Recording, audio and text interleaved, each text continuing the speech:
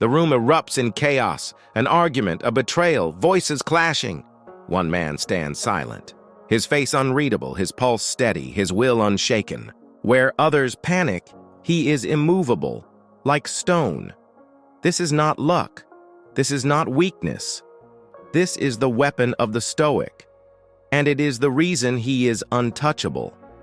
The world teaches us to react, to shout, to defend, to collapse under pressure. But the Stoics knew that the instant you react blindly, you hand over control. Instead, they built rules, dark, difficult rules, that made them immune to chaos. Rules that few today can follow, because they demand strength most of us never develop. Today, we uncover 3 Stoic rules that will make you untouchable. Rule 1. Control what you can. Abandon the rest. The first rule is brutal in its simplicity. Focus only on what you control. Marcus Aurelius, Emperor of Rome, wrote this to himself every night. You have power over your mind, not outside events. He ruled an empire, yet he admitted he controlled almost nothing: armies, politics, even fate could betray him. But his mind, his judgment, that was his fortress. Here is the danger. The moment you obsess over what others say, what fate throws at you, what tomorrow may bring, you've already lost. The Stoic does not waste strength on storms he cannot stop. He spends it only on steering his own ship, and in that focus, he becomes untouchable. Rule 2. Embrace discomfort before it crushes you. The second rule is darker. Invite suffering before it arrives. Epictetus told his students to rehearse loss, to imagine their wealth gone, their loved ones taken, their bodies broken, not out of cruelty, but out of preparation. The man who expects comfort is weak. The man who has tasted loss before it strikes cannot be destroyed. In modern life, we avoid pain.